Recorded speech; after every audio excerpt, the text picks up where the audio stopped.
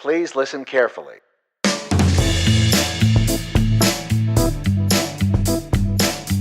Welcome to the Big Ideas for Better Places podcast from CityWorks Expo. My name is Brad Stevens, and I'll be your host today. And it's my absolute pleasure to introduce you to our guest, Mr. Ryan Swanson, the founder and executive director of Urban Conga. How are you doing today, sir? Good. Now, you guys are in Tampa, that's right, but we would be jealous, but I hear it's raining down there.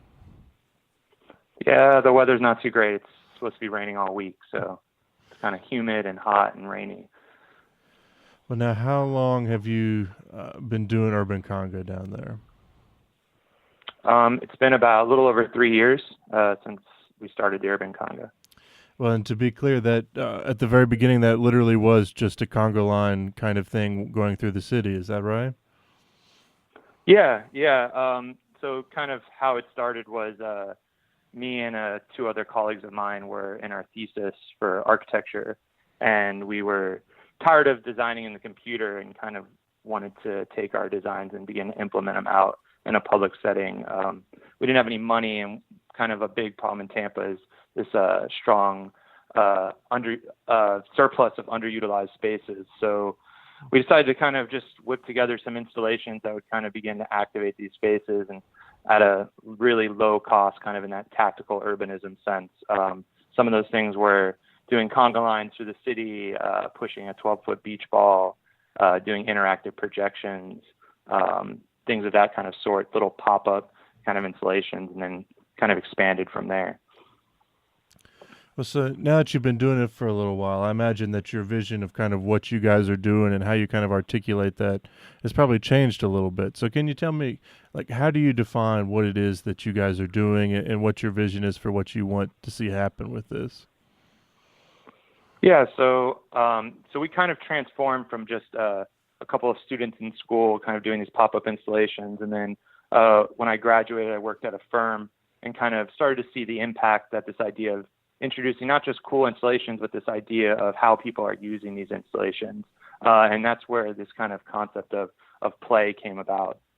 We saw how people began to interact with one another in these spaces while playing and engaging in these simple things that we're presenting.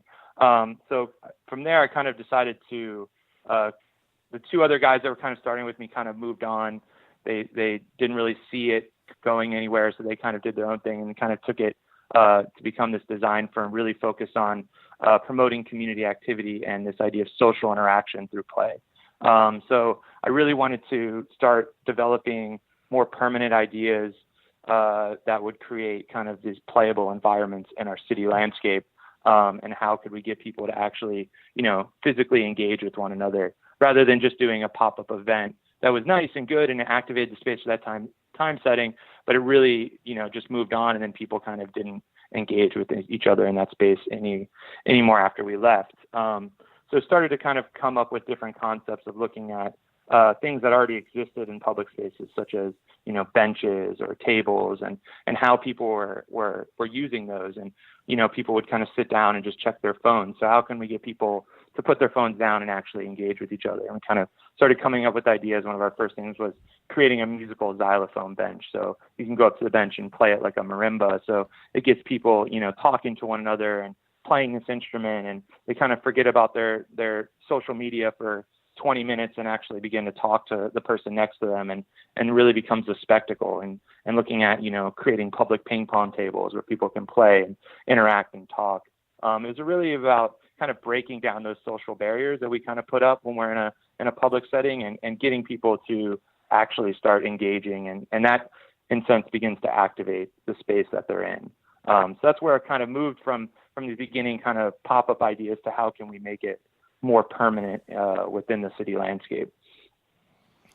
That's really fascinating. Just the idea that you kind of didn't know that this was the area that you were going to be going into. That's really fascinating that you would, now that you're so far into it, that there could have been a time when you didn't know that this was what you were going to be doing. Yeah. There was a couple, like, for me, big signs kind of along the way. One of the things was kind of a quick story. It was about we were one of our pop-up installations, and we were throwing around this beach ball and this homeless guy came over and asked us for money, and we are like, oh, we don't have any money, but you can, hang out and play and kind of interact with the stuff. And he kind of hesitantly worked his way around, and there was this, middle class family throwing a giant beach ball around, and he kind of worked his way over, and they just kind of threw it over to him, and he kind of threw it back, and they started laughing and playing. And just seeing like that interaction of like, didn't matter that this guy was homeless, and this family was better off than him, and kind of their usual interaction would be like, don't talk to that guy or don't give him money. They just became like two people playing in a public space.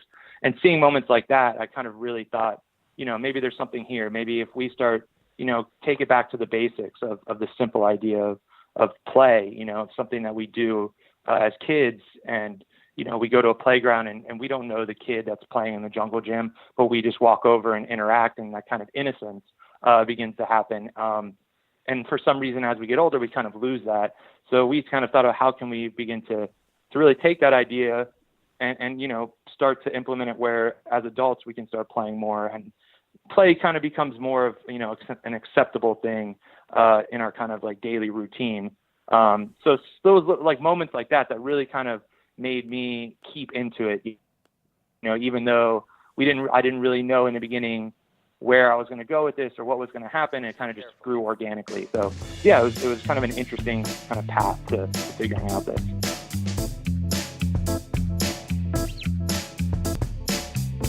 We'd like to take a moment now to say thank you to our sponsors today. The Urban Affairs and Planning program at Virginia Tech School of Public and International Affairs offers an interdisciplinary approach to understanding planning and policy for megaregions, cities, suburbs, and rural regions in the U.S. and abroad. UAP faculty have expertise in urban planning, architecture, urban design, economics, geography, political science, law, technology, and engineering, and provide students with a multifaceted understanding of how communities grow and change. Students apply their knowledge and professional skills by participating in real-world problem-solving with community clients through project-based studios and applied research. UAP emphasizes technical analysis and policy evaluation in approaching the complexities of modern communities. So big thanks today to the Urban Affairs and Planning program down at Virginia Tech for being our sponsor. If you'd like to hear more, check them out online. But without further ado, we'll get back to today's guest. Thank you.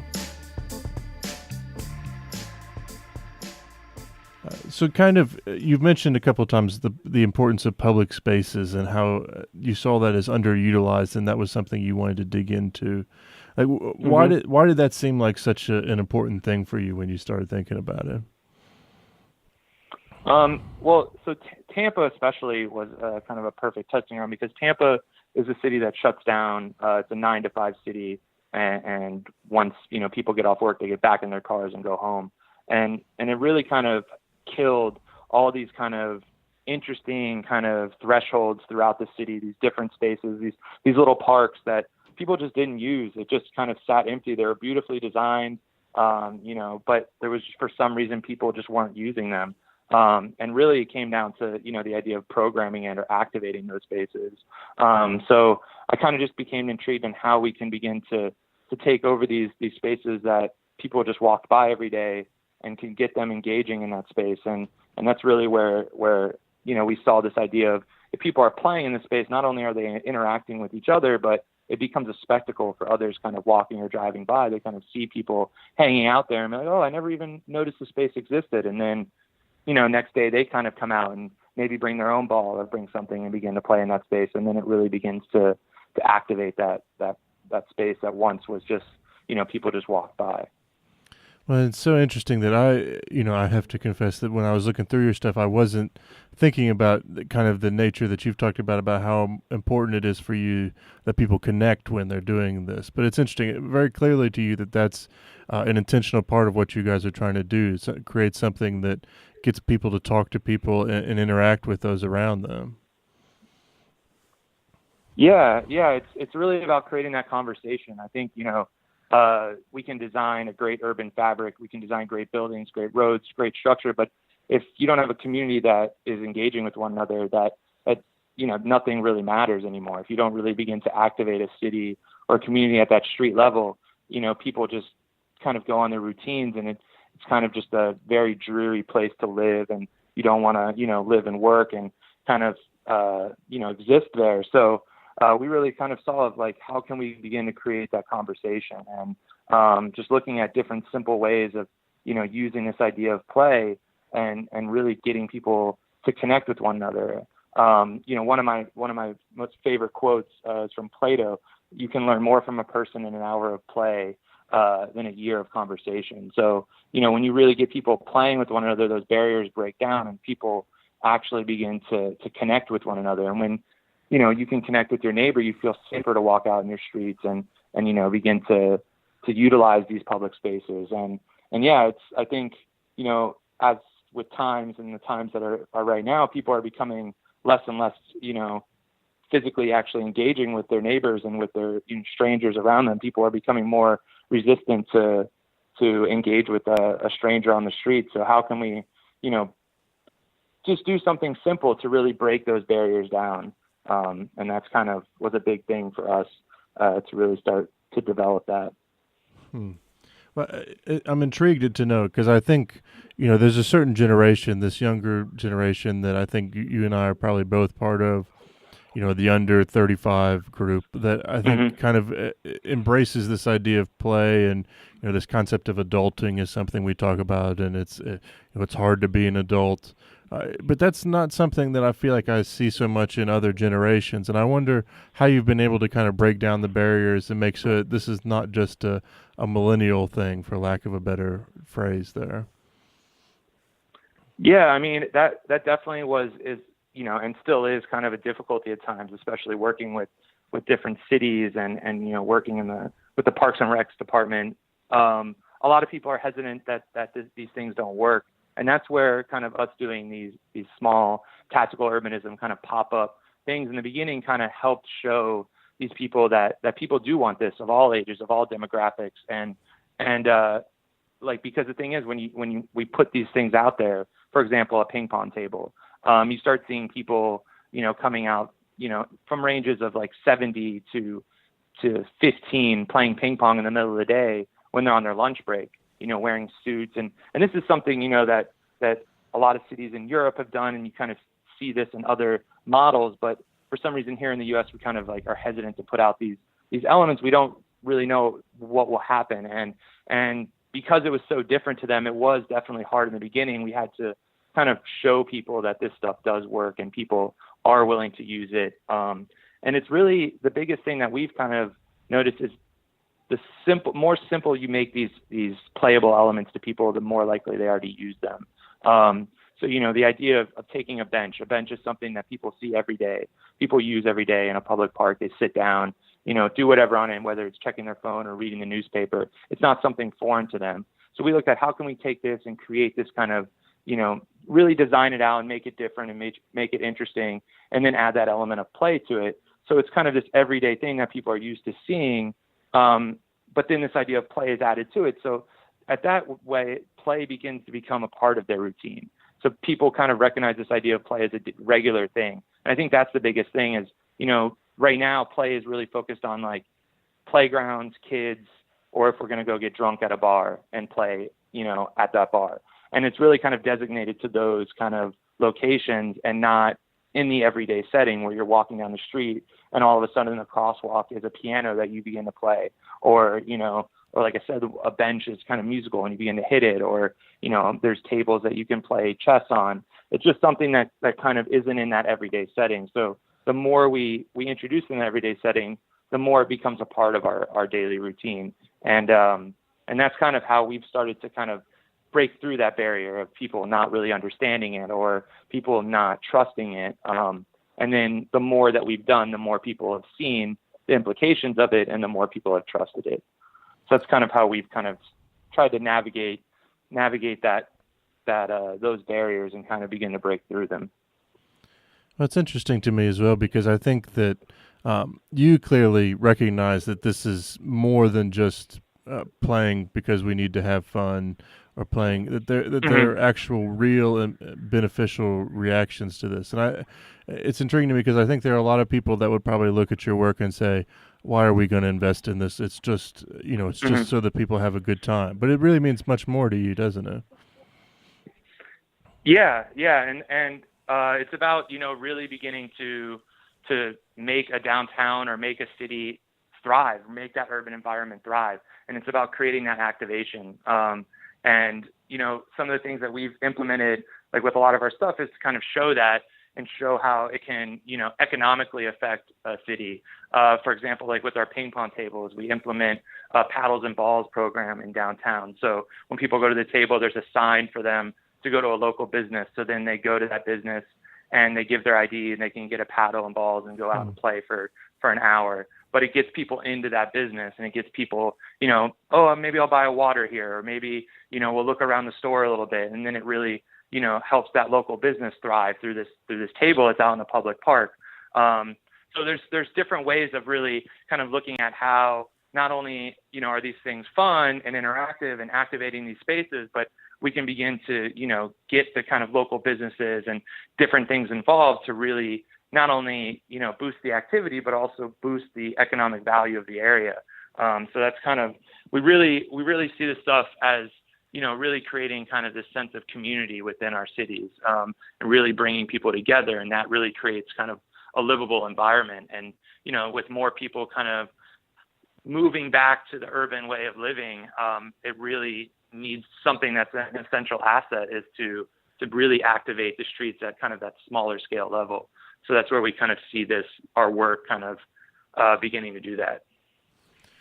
Well, no, it's interesting. I know you were saying before we came on air that you guys are doing some work in New Orleans recently, and I know that I've seen some pictures of you guys as doing work in some very underprivileged neighborhoods. But I wonder, could you talk a bit about how we make sure that this play doesn't just become a refuge of the young professional elite type world, and that it really touches all of a community?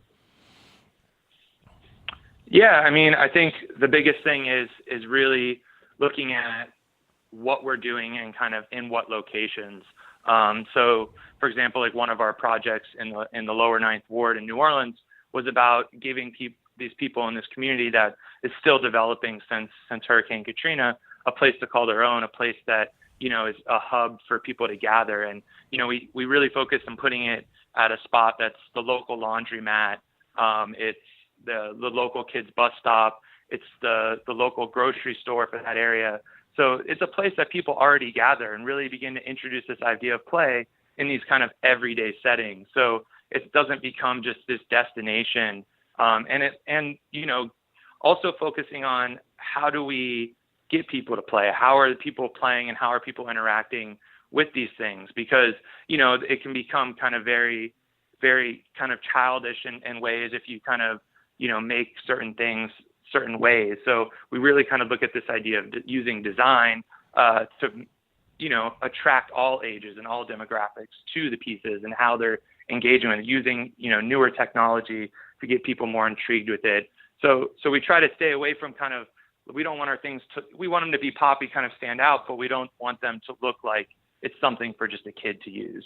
So that's really a way that we've kind of focused on using design as a way to, attract all demographics to using these things, and also kind of looking at different locations and how can we put certain things in these locations that will really benefit that neighborhood or that area. Well, it's interesting you mentioned the design there, because I think that piece of this is crucial. And in many ways, that's what you guys are, right, as a design firm.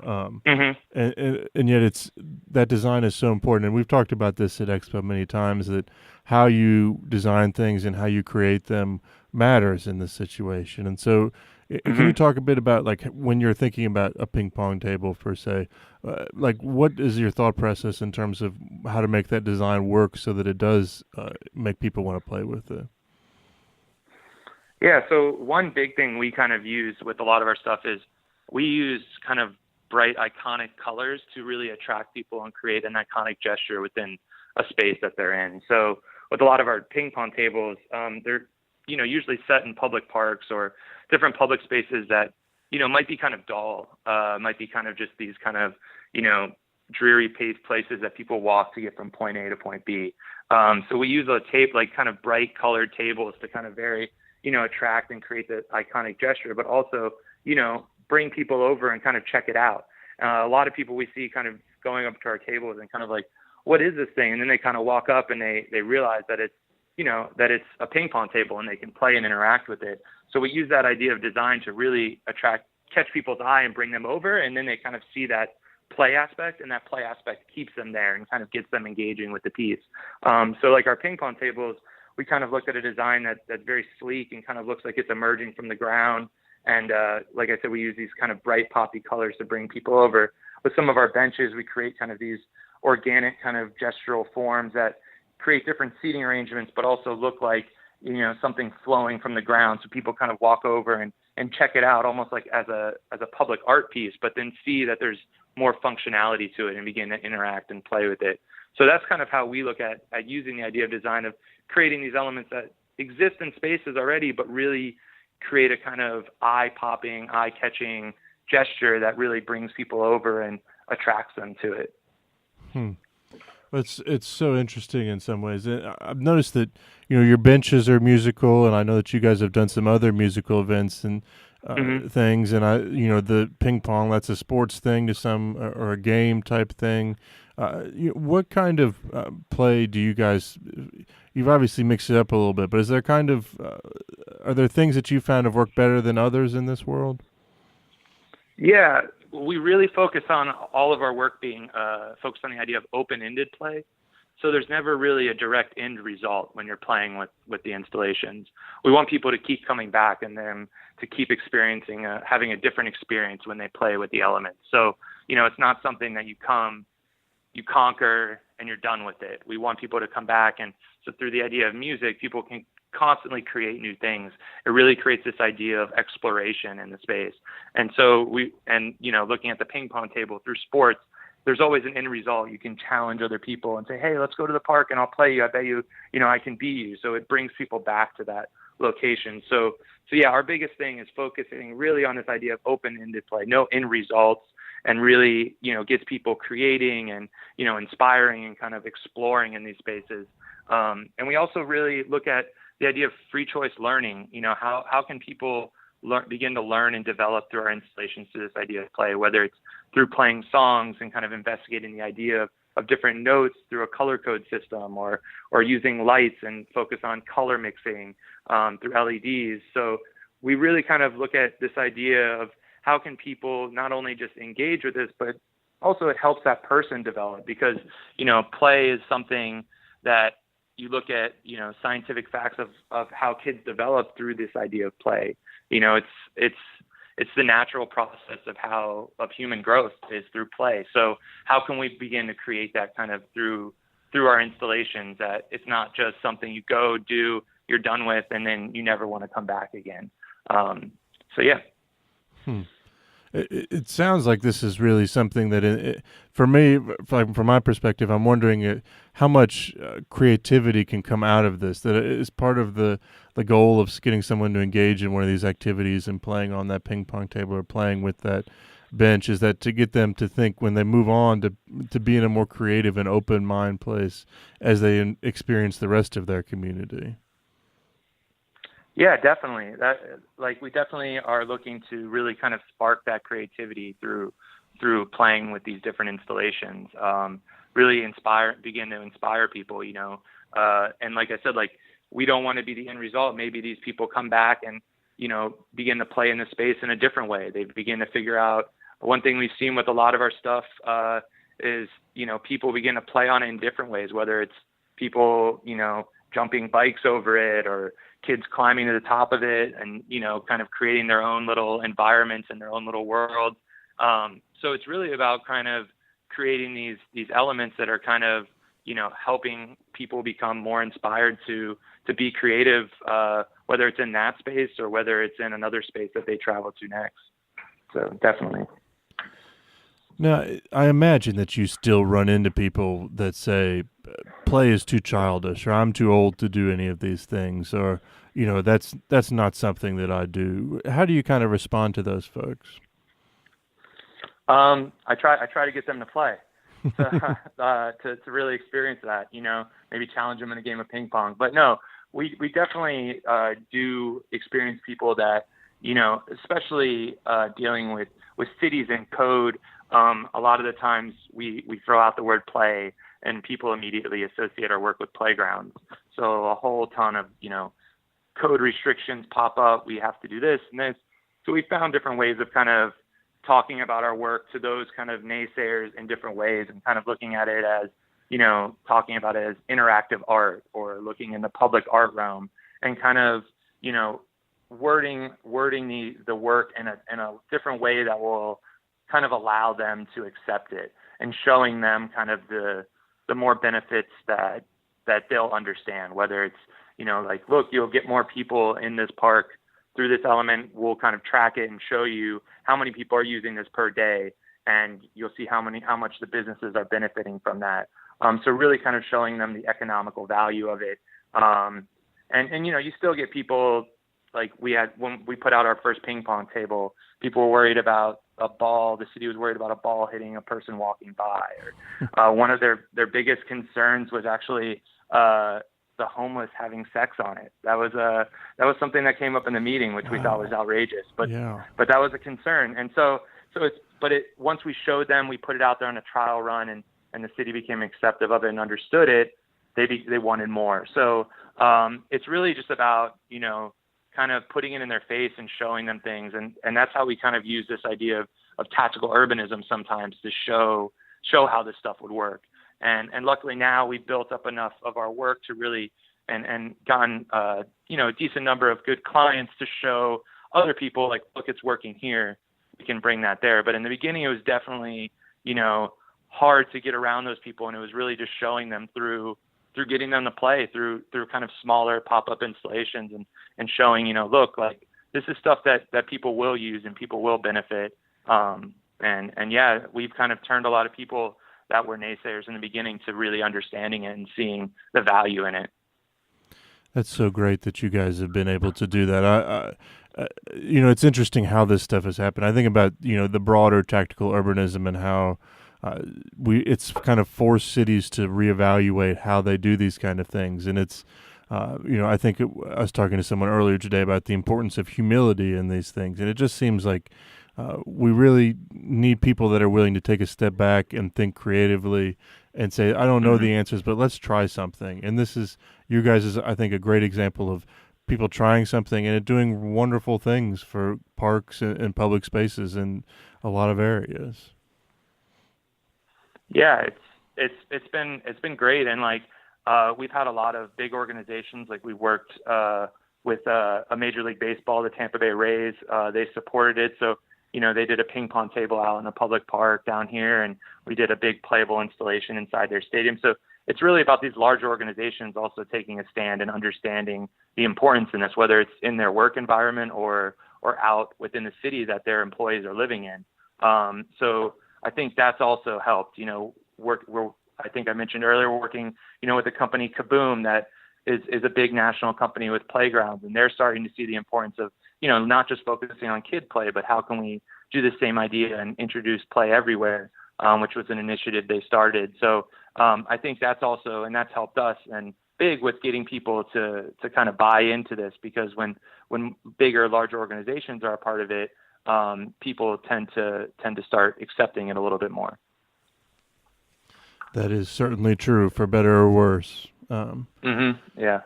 When you've done work in many different places, and I know you're looking to expand your work now, but kind of as you travel or as you do your work, when you get to a place that kind of just feels like they've got something going on, or is a place that is just going well, what are the kind of components, or what does that feel like to you? I think it's a place, that's active, like where you can walk around in a corner and there's always something going on, something different, whether it's a mural on the wall, or, a game you can play, or a bar you can walk into, or a coffee shop or a restaurant. That's really activating that street. I think, it's important for us to have kind of an experience from our point A to point B, where maybe you don't get to that point B for a bit because you get veered off of that path. I think that's a more, when I go to a place and I kind of get lost in walking through the city, that's something that, I begin to see more and more, creating these little pockets of areas where people, can just kind of hang out there all day. There's always something different to do. And it's really based on that idea of street activation. I think really makes a city more livable and a place that I enjoy being in. And so that's definitely something from being able to travel more and doing this work that I've seen. And one thing for me with our work and the places that we do it, the kind of spots that you really kind of get that communal and that vibe of how people kind of care about one another and those barriers are broken down are actually in more kind of lower income areas. That's something that we've seen with our work. People that are, more humble to us bringing this work there and they appreciate it a bit more are in these areas where, these kids might not have a lot to do or people don't have a lot to do. So they're outside engaging with one another.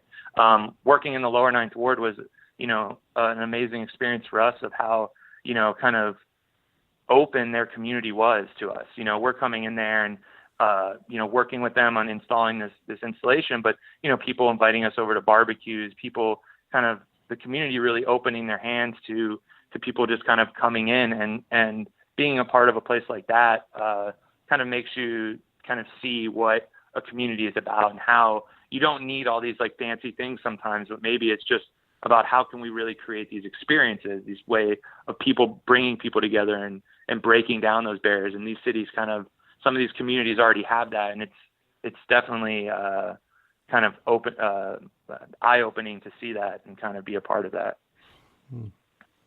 That's it's definitely true. And I think that idea of these active places, but also that those active places can be anywhere is really powerful. Mm-hmm.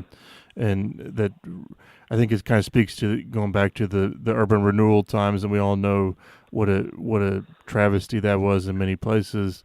That we saw one thing when reality was that there was a lot of activity and a lot of energy in those places that we couldn't really fathom at that time. And I think you're absolutely right that still exists in these communities, even when we don't necessarily see it because all we see is the poverty that's there. Yeah.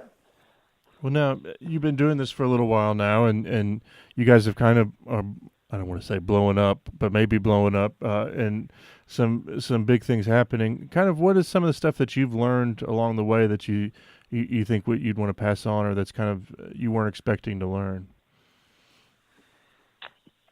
Just a bunch of things of how to deal with code and getting around code and like getting people to be able to put, because a big thing, we're worried about here in the U.S. is getting sued. That's especially when you create things that people can play and interact on. So people always become hesitant to put playable elements and things that people can engage with because they're afraid someone's going to get hurt with it. So figuring out ways of how to get around that and get people to understand, that there's not these, we don't have to be so worried all the time, and how to create things that, are safer and people are able to use without that risk of people being worried that someone's going to get hurt. And also one, big thing also with creating stuff that people can engage with is people want to try, when you let people play with it, they want to try to break it. And you start to realize like how hostile people are with things. So you learn to, create things stronger and better. And every time you think you figure out every way that someone's not going to break something, they figure out another way. And so it really gets you thinking about that design process and, how to create something designed well enough that it will hold up with thousands of people using it throughout the day and, hold up with the hostile environment of being, whether it's in a humid environment or a cold environment. So that's definitely things that we've learned along the way. But one of the big things is just really how to get people to understand the work and how to get them to understand that, this word play. I think when we first came out and we were kind of throwing around the word play, especially with me coming from a design and architecture background, people kind of laughed at us that, maybe we're just designing some playgrounds for kids. And really, I think people have started to understand the word play a little bit more and how it can be used, whether it's through urban development or, through creating a better work environment, or just a better way of life.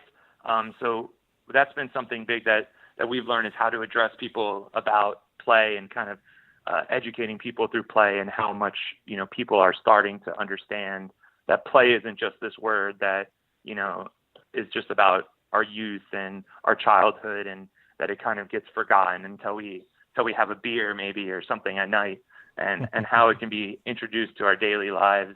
So that's been something that's been, helps kind of educate us. And, me doing this work too, it's taught me to play more. I mean, as much as I kind of push this idea of playing, through my life, I wasn't really getting out and experiencing spaces as much, and, being out in a public park and stuff as much as I wanted to. So it kind of opened my eyes to that importance as well. So that was something that definitely, it's benefited. Well, very cool. It's a shame that we're kind of coming towards the end, but I wonder if you could kind of, to wrap us up, share a story from your work or from what you've seen that kind of encapsulates what you think a community that works well, or just something that you've seen about that makes you think that's what a community should be like. Yeah, I mean, just some things that we've seen just from sitting back and observing people playing with and interacting with our work is, it's so interesting to see a kid immediately run up to something and start engaging with it. And they don't need to be told how to use it. They just figure it out. They try to figure it out, and they try to investigate it, and they try to, understand it. And then another kid will run over, and they'll immediately share that with that kid. But as adults, seeing adults kind of interact with our stuff, they're super hesitant to, one, engage with it, and then they just kind of slowly work around and just kind of stare at it and give it a second, and if they can't figure it out, they'll tend to walk away or something like that. So it's interesting. And then the parents that have kids, they'll start to investigate it more, and then they'll start engaging with another adult that's walking by. So seeing those kind of people become educated through our work and through the idea of like people playing in these spaces has definitely been something eye-opening for us. Like really, we saw our work as, getting people out there and playing, but it started to become a little bit more than that, and really seeing how people become a little bit more educated on play, and how maybe they need to open up a little bit more and not be so kind of stuck onto how many Instagram followers they have, but also look around them and kind of engage with the people that are around them.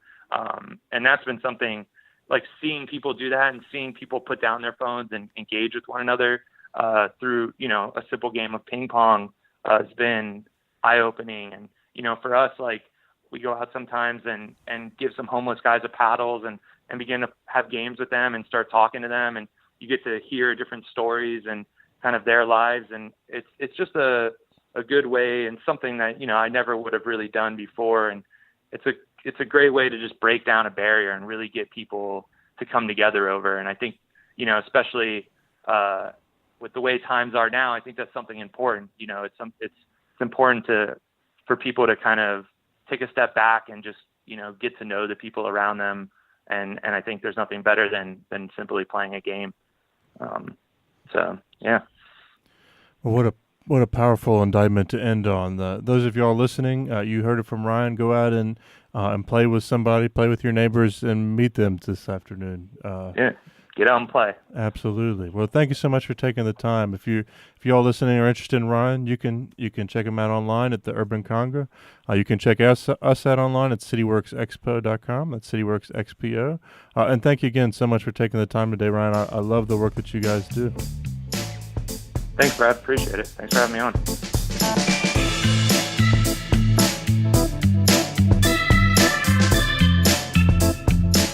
Thank you for listening to the Big Ideas for Better Places podcast today. If you like what you hear, please subscribe and leave a rating. It really helps other people find out about our fascinating guests and find the information that we have to share. Lastly, please save the day for our upcoming event, October 5th through 7th in Roanoke, Virginia.